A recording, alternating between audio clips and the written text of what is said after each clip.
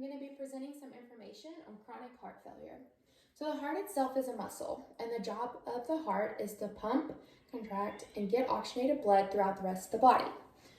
In heart failure, the muscle is unable to pump effectively, and this results in inadequate cardiac output. So the heart is not maintaining adequate circulation. It's not getting oxygenated blood through the tissues of the body. In diastolic heart failure, the blood is not adequately filling into the chambers of the heart. Etiology of the disease. So some things that might cause heart failure. Hypertension is the first one that I have listed here. Hypertension increases afterload, which in turn increases cardiac workload, and that leads to an increase in contractility of the heart. So if you think about it, it's kind of like a compensatory mechanism. However, it leads to impairment of the heart's ability to properly fill during diastole. So it's not filling properly with blood during diastole. Acute MI, so that's going to be a myocardial infarction, a heart attack. Coronary artery disease. Atherosclerosis of the coronary arteries is the primary cause of heart failure. Renal dysfunction, the kidneys are not functioning properly. Cardiomyopathy. So cardiomyopathy is a disease of the myocardium. Dilated cardiomyopathy is the most common type, and it's usually caused by excessive alcohol intake. Pathophysiology, so a little bit more about how heart failure works. Systolic heart failure results in a decreased blood ejected from the heart's ventricles. The body releases hormones in hopes to increase the heart rate and contractility. However, this usually fails, and the heart's workload increases, and this causes a decrease in the myocardial muscle fibers' contractibility.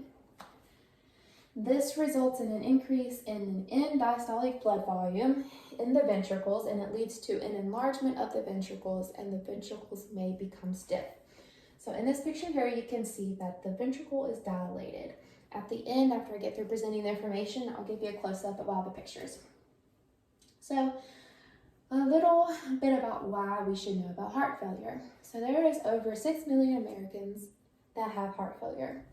It is the leading cause of hospitalization in the United States, and there's roughly about 870,000 new cases each year. So some clinical manifestations that we should be on the lookout for. Some signs and symptoms that a patient might have if they are experiencing left-sided heart failure or right-sided heart failure. So in left-sided heart failure, the patient may have difficulty breathing, may have orthopnea, difficulty breathing when they're lying down, may have fatigue, a displaced apical pulse. So that apical pulse is not heard where it should be. It's displaced because the heart's enlarged. There may be an S3 heart sound heard. It's going to sound like a gallop. Pulmonary congestion.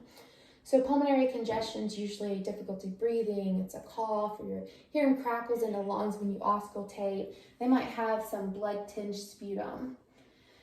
Another symptom with that is frothy sputum. Altered mental status, oliguria or nocturia. So nocturia is nighttime urination. Oliguria, it may be a manifestation of organ failure. It's decreased urine output. Right-sided heart failure. Patient might have some JVD distension, ascending dependent edema. So that patient might be experiencing some edema in their legs or in their feet. Ascites is going to be fluid in the abdomen, fatigue, weakness, nausea, anorexia. The patient might not want to eat. They probably aren't going to have a good appetite. Polyuria at rest. So again, nighttime urination. Hepatomegaly, an enlarged liver, or weight gain. Diagnostic and testing. So heart failure can go in undetected for a while. Significant myocardial dysfunction, it usually occurs before the patient has started to experience signs or symptoms. Labs that we are going to do on the patient is going to be serum electrolytes, blood urea nitrogen, creatinine, going to check their liver function, TSH level to check their thyroid function, a CBC, and a BNP. So the BNP is a key diagnostic indicator of heart failure. It tells us for certain that it is heart failure as opposed to a respiratory problem. That BNP can also let that provider know how aggressive that they need to be in the treatment by the number. Diagnostic procedures. So a diagnostic procedure, an example is an ultrasound. So an ultrasound could be 2D or 3D. A patient might tell you that they're getting an echocardiogram. The provider might order an echo, and that is an ultrasound as well. An x-ray, a chest x-ray can reveal cardiomegaly, enlargement of the heart, or it can tell us if that patient's having some pleural effusion. An ECG, it's going to assess the heart rate and the rhythm of the patient. And these are all examples of non-invasive hemodynamic monitoring. Another example might be a pulse ox or a stress test. A little bit more invasive, we're going to go into the transesophageal echocardiography. And with that, they're going to put a transducer in the esophagus. It's going to be behind the heart, and it's going to give us a detailed view of the heart structures. Cardiac catheterization. The patient might have some epithelial arterial lines placed for testing, some central venous pressure measurement. They could have a pulmonary artery catheter. Let's move on to complications. So what are some complications a patient might experience with heart failure? Cardiogenic shock, so that's pump failure, and this is common after a myocardial infarction. Pericardial tamponade, that's fluid accumulation in the pericardial sac. Pulmonary edema, excessive fluid in the lungs. Acute pulmonary edema, this is a life-threatening emergency. So if the patient has acute pulmonary edema, you want to act fast. You want to get them in half hours. You want to get an IV established. We want to do rapid-acting loop diuretics. They may have to be intubated. They might have to have mechanical ventilation. They might get some morphine.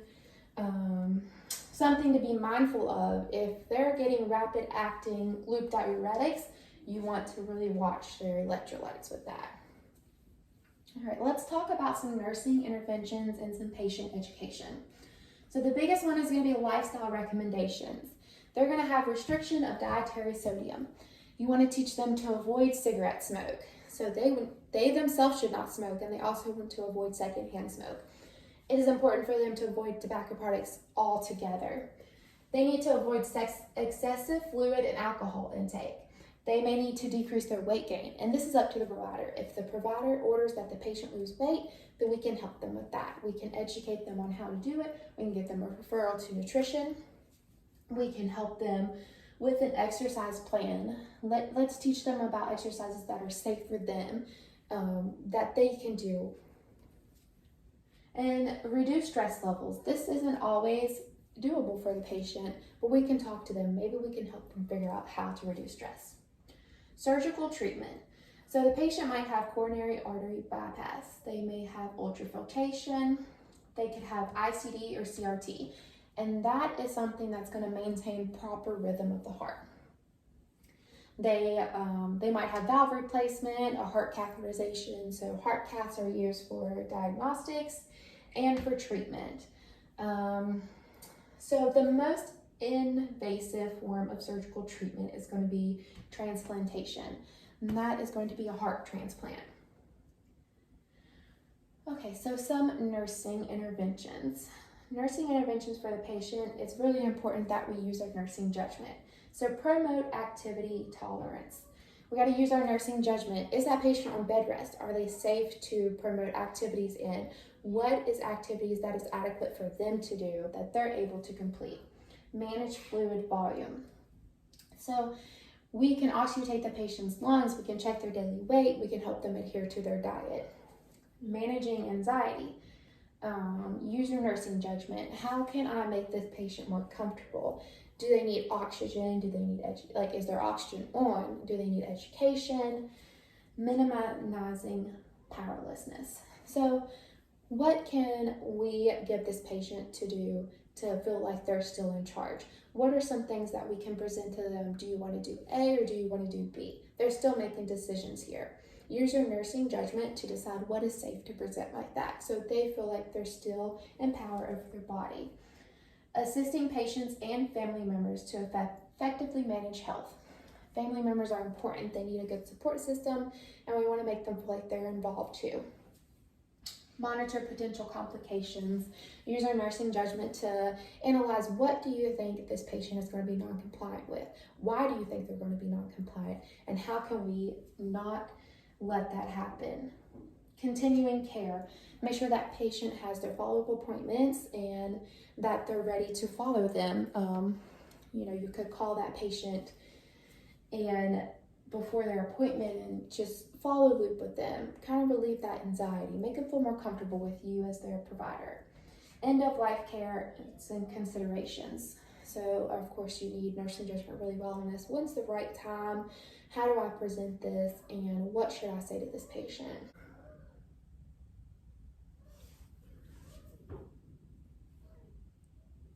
And here you can see the enlargement of the ventricle. This is a normal heart.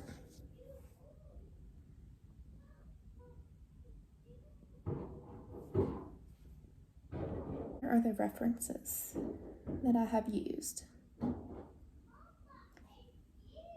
So the Medical Surgical Lippincott book, American Heart Association website, and the ATI Medical Surgical